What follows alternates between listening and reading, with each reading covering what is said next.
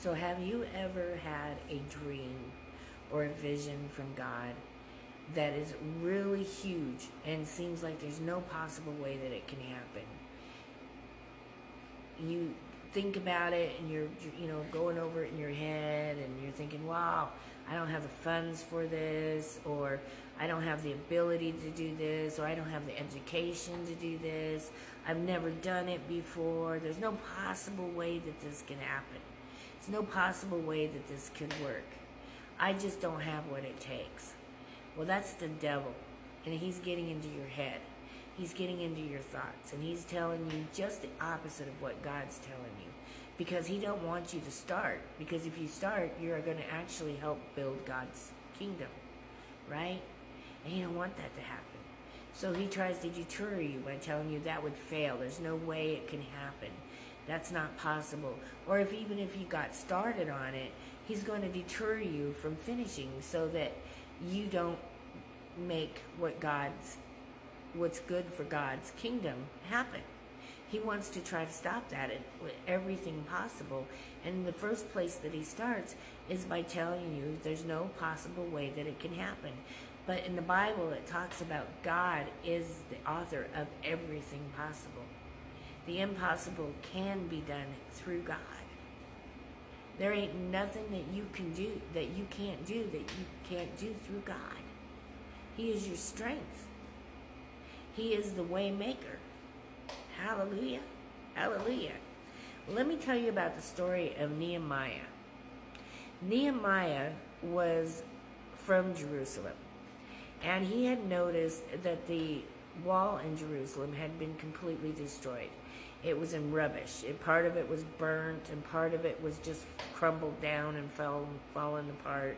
And the wall was just pretty much non-existent, and it really bummed him out, right?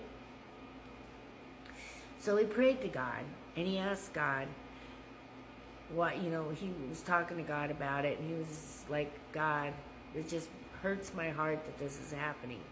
So God put it on his heart to rebuild the wall of Jerusalem. He tells God, well, if that's what you want me to do, God, you're going to have to get it through the king. He says the king has to allow it to happen. And only you can make the king make it happen. So he goes to the king, and after praying to God, and he asks the king for permission to go build this wall. Well, the king grants him permission. Only God. So then he goes to Jerusalem, and before he tells anybody what's going on, he goes out in the middle of the night when nobody's aware, and he does all the measurements and checking it out, seeing what supplies he needs, everything it's going to take.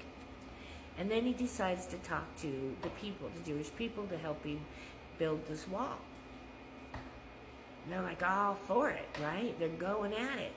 So they start building this wall a little bit, like some of the people would start over here, some of the people would start over here, and each had their sections, they'd work on it, and this wall was coming along. And it was great. But there was, a couple of haters, like there always is when you're doing something good for God.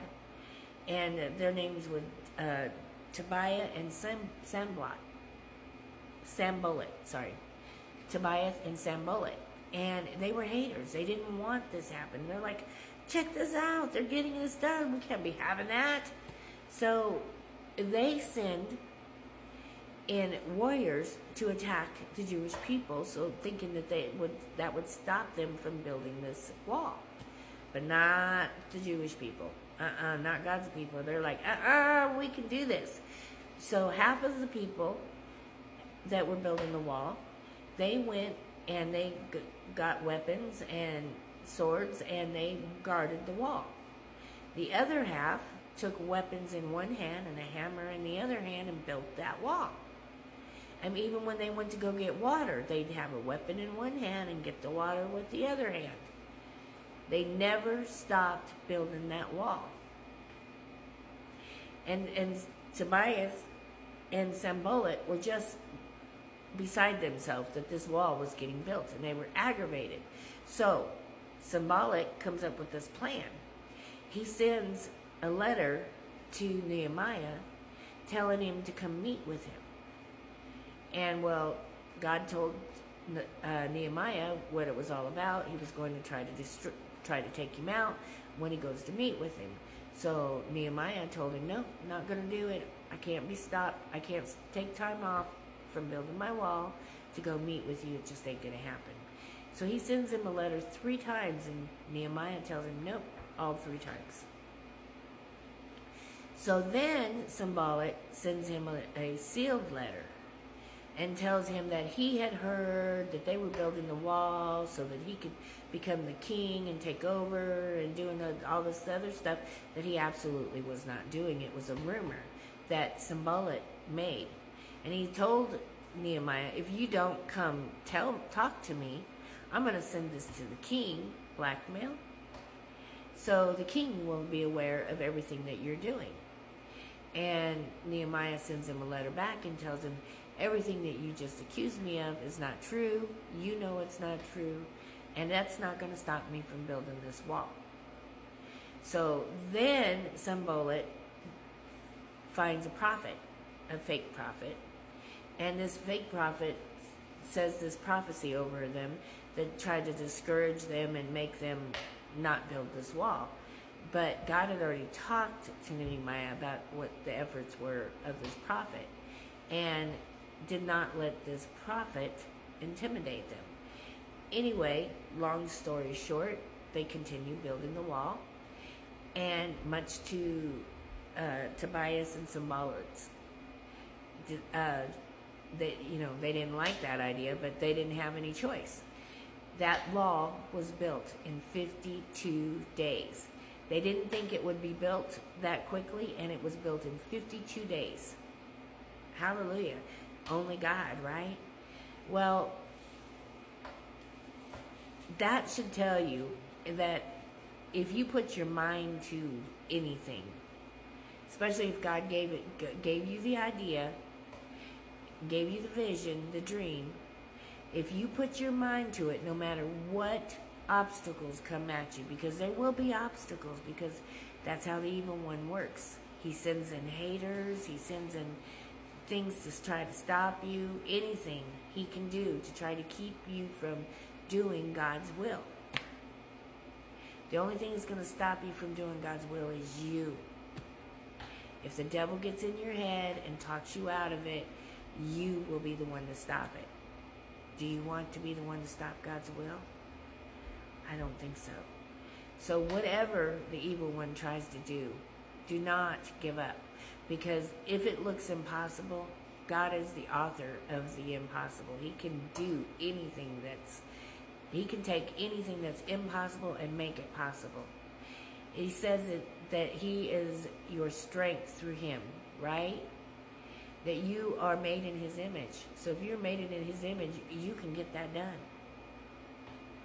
You have the authority and the power to work in your life the way he did. Everything you do, you can do it as long as you're going through him, as long as you're praying and keeping God involved in it. It's possible. He's a way maker, right? He's the way maker. So whatever you're doing, keep doing it. Do not let anything stop you. And if you're not started yet on what God has called you to do, then start it. There's nothing going to stop you. Nothing is going to keep you from making that happen. As long as it's in God's will and you don't listen to the evil one get in your head. Do not stop no matter what. God is the way maker. He can make anything that looks completely impossible possible. They didn't think they were going to be able to build that wall, let alone in 52 days, and they did. Hammer in one hand and a weapon in the other, but they got that wall done with all the obstacles coming at them. That's what the story of Nehemiah is about, to teach you that you cannot be stopped if it's in God's will. Hallelujah.